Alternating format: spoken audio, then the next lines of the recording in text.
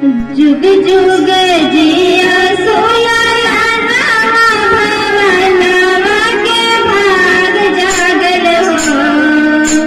जुग जुग जिया सोया भवनवा के भाग जागल हो।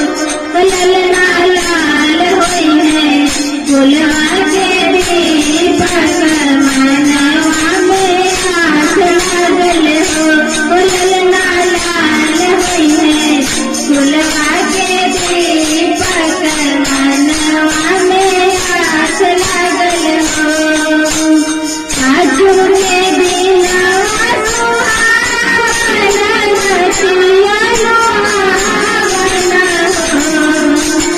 आजू के दिनवा सुहावना नदिया लोहावना हो। ललना यशोदा के जन्म